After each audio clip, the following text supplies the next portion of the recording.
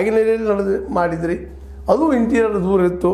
ಮುಂದೆ ಅದಕ್ಕೆ ಪೂರ್ವದಲ್ಲ 2023 ಹಳೆಬೇಡಿನ ಪುಷ್ಪಗಿರಿ, ಹಾಸನ ಜಿಲ್ಲೆ ಪುಷ್ಪಗಿರಿ ಮಠ, ಅಲ್ಲಿ ಓದಿದ್ರಿ.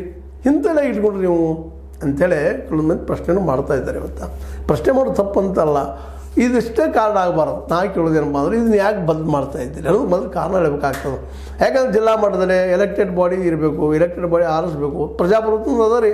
ಈಗ ಒಬ್ಬ ಏನೋ ಅಧ್ಯಕ್ಷ ಯಾರದ್ದು ಹೆಸರು ಹೇಳಿದ್ರೆ ಎಸ್ ಅನ್ನೋದೇನು, ಅಲ್ಲೇ ಏನಾಗ್ತದೆ ಅಂದ್ರೆ ಜಾತಿ ಪ್ರಭಾವ ಆಗ್ತದೆ, ಕೌಟುಂಬಿಕ ಪ್ರಭಾವ ಆಗ್ತಾವೆ, ಸಮಾಜ ಪ್ರಭಾವ ಆಗ್ತಾವೆ. ತಮ್ಮ ಬೇಕಾದ್ರೆ ನೆನೆಸುವಂಥ ಇಷ್ಟು ಇಲ್ಲಿ ನಮ್ಮ ಡೆಮಾಕ್ರಸಿ ಇದ್ದು ಇಲ್ಲಿ ನಮ್ಮ ಪರಿವಾರವಾದ ಬೆಳೆದಿರ್ತದೆ. ಇದೆ ಹಂತದಾಗ ಏನೂ ಇಲ್ಲಂದ್ರೆ ಯಾರು ರಾಜ ಹೇಳ್ತಾವೆ ಅದಕ್ಕೆ ಕರೆ ಅಂದ್ರೆ ಮುಗಿದು ಅಲ್ಲಿ ಏನು ಕೆಲಸ ಅದ. ಉಳಿದ ಸಾಹಿತಿಗಳು ಏನು ಕೆಲಸ ಅದ? ಸಾಹಿತಿಗಳು ಮೂಲತಃ ಸ್ವಾಭಿಮಾನಿಗಳು, ಸ್ವತಂತ್ರವಾಗಿ ಇರುತ್ತಿರುವಂಥವ್ರು.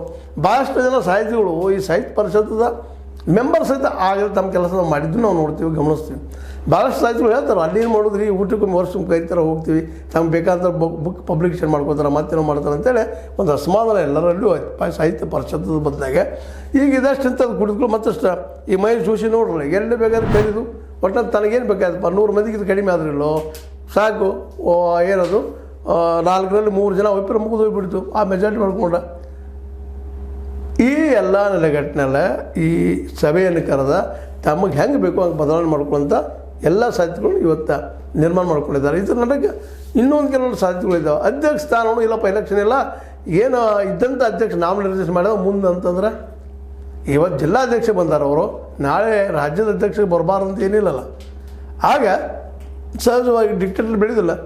ಇದನ್ನು ಸಹಿತ ನಮ್ಮ ಸಾಹಿತಿಗಳು ಯಾಕೆ ಚಿಂತನೆ ಮಾಡ್ತಾರೆ, ಇನ್ನೂ ಜೋರಾಗಿ ಚರ್ಚೆ ಆಗಬೇಕಾಗಿದ್ದು, ಇದರ ಬಗ್ಗೆ ಪ್ರತಿಭಟನೆ ಆಗಬೇಕಾದಂಥದ್ದು, ಪ್ರತಿಯೊಬ್ಬ ಲೇಖಕರು ಇದ್ರ ಬಗ್ಗೆ ವಿರೋಧ ಮಾಡಬೇಕಾದಂಥದ್ದು. ಯಾಕಂದ್ರೆ ಇವತ್ತರ ಜಿಲ್ಲಾ ಮಟ್ಟದ ಈ ನಮ್ಮ ಅಧ್ಯಕ್ಷರನ್ನ ನಾಮನಿರ್ದೇಶನ ಮಾಡುವಂಥದ್ದು, ಮತ್ತೇನು ಮಾಡುವಲ್ಲೇ ತೀರಿದವ್ರಪ್ಪ ಅಂದ್ರೆ ಅವ್ರ ಬದಲಾಗಿ ತಾವು ವ್ಯಕ್ತಿ ಬೇಕಾದಂಥವ್ರನ್ನ ಮುಂದಿನ ಇಲೆಕ್ಷನ್ ಆಗುವವರೆಗೆ ನೀಡುವಂಥದ್ದು ಮಾಡುವಂಥ ಎಲ್ಲ ಗದ್ದಲಗಳು ನೋಡಿದಾಗ ಈಗಾಗಲೇ ಸಾಕಷ್ಟು ಹೆಸರು ಕೆಡಿಸ್ಕೊಂಡದ ಬಯಲಾಗಳ ಕಾರಣಕ್ಕಾಗಿ.